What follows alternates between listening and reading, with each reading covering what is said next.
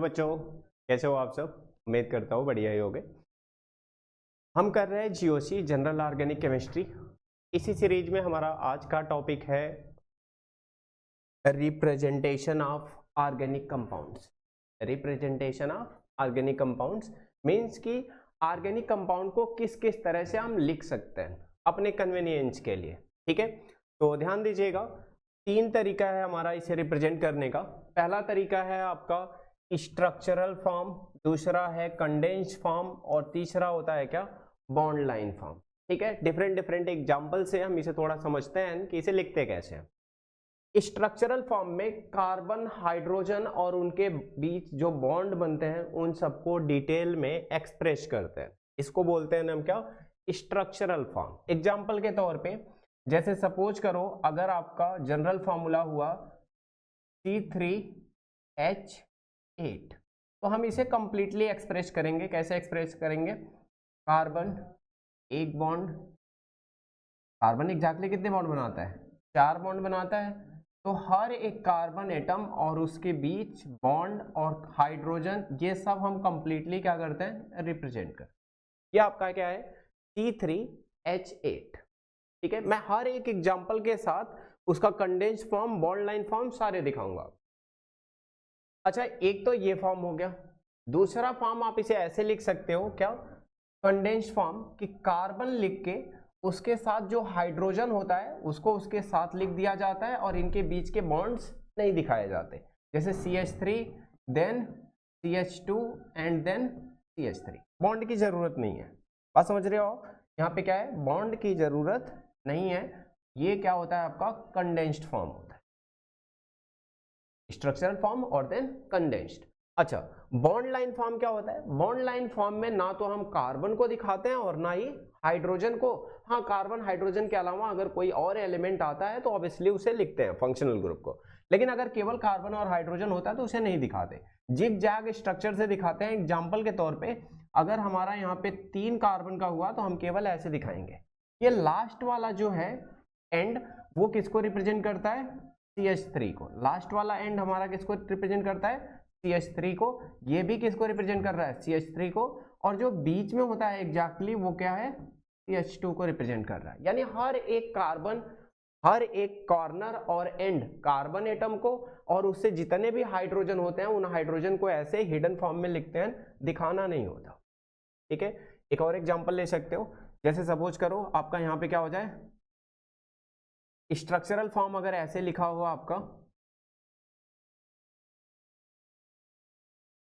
यहाँ पे double bond हो, ठीक है, और यहाँ पे हाइड्रोजन हो आपका, यहाँ पे सपोज करो हाइड्रोजन हो, यहाँ पे सपोज करो आपका OH हो, ठीक है, और यहाँ पे सपोज करो आपका हाइड्रोजन।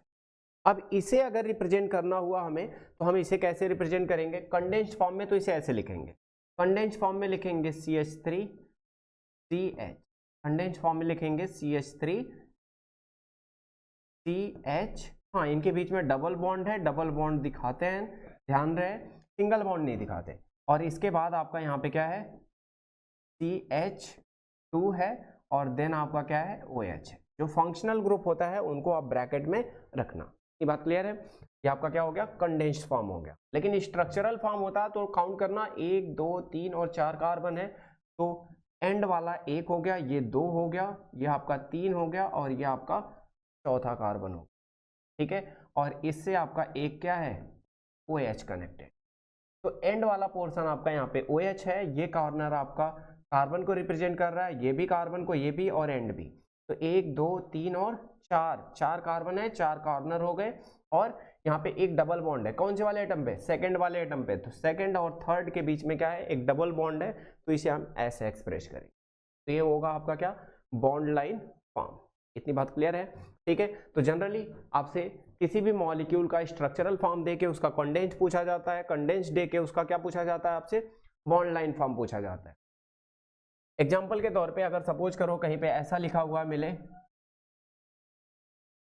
ठीक है, यहाँ सपोज करो C डबल बॉन्ड O हो, तो पता है इसका क्या मतलब है एग्जैक्टली, इसका मतलब है यहाँ पे CH3, इसके बाद है आपका यहाँ पे CH2, यहाँ पे भी आपका क्या है CH2 है, यहाँ पे आपका क्या है O है, ठीक है, C डबल बॉन्ड O है ना, तो CO है, और लास्ट में फिर से आपका क्या है, H3, ये आपका कंडेंस्ड फॉर्म।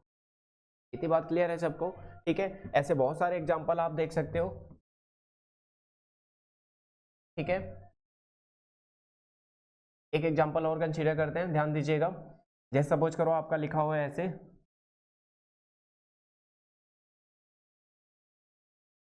ये, और यहाँ लिखा हो आपका डबल बॉन्ड OH। पता है इसका क्या मतलब है एग्जैक्टली? इसका मतलब है ये कार्बन है, ये कार्बन है, यहाँ पे इसका एंड कार्बन है, यहाँ पे, यहाँ पे, यहाँ पे। कैसे लिखेंगे कंडेंस्ड फॉर्म इसका? तो एंड पे क्या है, देखो यहाँ पे भी CH3 है और यहाँ पे भी CH3 है, तो इसे आप लिख सकते हो क्या, CH3 का कितना, ट्वाइस। क्या लिख सकते हो, CH3 का ट्वाइस। यहाँ पे देखो 3 बॉन्ड है ना, 1 2 3 बॉन्ड बन चुके हैं, एक हाइड्रोजन है यहाँ पे, इसका मतलब केवल, तो यहाँ लिखोगे क्या, CH, यहाँ लिखोगे क्या, CH। अगला वाला आपका क्या है, यहाँ पे भी देखो 3 बॉन्ड बन चुके हैं, एक जगह क्लोरीन है, तो आप इसे लिखोगे CH, यहाँ पे भी क्या लिखोगे, CH, और उसके बाद क्या लिखोगे, क्लोरीन, ठीक है, उसके बाद क्या लिखोगे, क्लोरीन। क्लोरीन के बाद फिर आपका क्या है, CH2, और देन फिर क्या है, CH2, तो आप इसे क्या लिखोगे, CH2, CH2। इसके बाद देखो यहाँ पे क्या है, C डबल बॉन्ड OH है ना, तो आप इसे डायरेक्ट लिख सकते हो क्या, COO। इतनी बात समझ आई? तो ये आपका क्या है, कंडेंस्ड फॉर्म। इतनी बात क्लियर है सबको? अगर इतनी बात क्लियर है तो ध्यान दीजिएगा, ये तो कुछ एग्जांपल्स हो गए आपके, कुछ एग्जांपल्स इसके और चेक करते हैं। Condensed form, bond line form और आपका स्ट्रक्चरल फॉर्म बहुत इंपॉर्टेंट है, तो रिप्रेजेंटेशन आपको ध्यान रखिएगा, सीख ही लेना है। कुछ एग्जांपल्स मैं और दिखाता हूं आपको, एक से।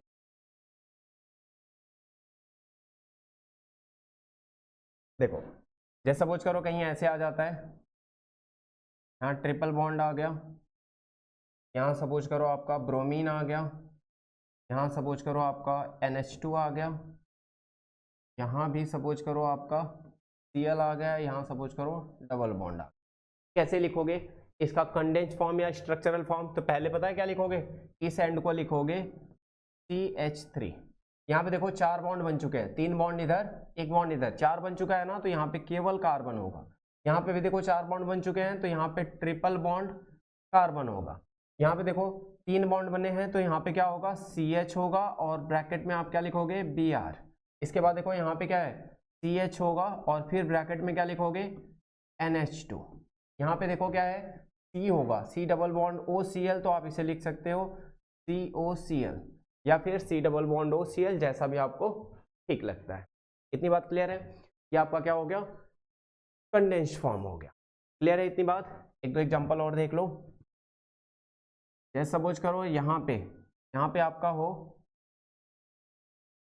ये हो गया आपका, अब सपोज करो यहाँ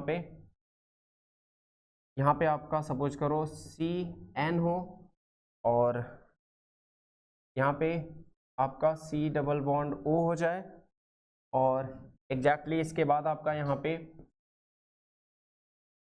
आपका OH हो जाए, ठीक है, यहाँ पे आपका Br हो जाए, मतलब जो भी है, बहुत सारे ग्रुप अटैच कर दो, कोई फर्क नहीं पड़ता। इनको क्या कर दो, आप कंडेंस्ड फॉर्म में लिख दो। जब कंडेंस्ड फॉर्म लिखोगे इसका, तो क्या लिखोगे, यहाँ लिखोगे CH3, इसका भी क्या लिखोगे, CH3। एक सेकेंड, यहाँ पे देखो CH3 है, यहाँ पे भी CH3 है, तो आप इसे एक बार क्या लिख सकते हो, ट्वाइस लिख सकते हो। क्या लिखोगे, CH3 का होल ट्वाइस।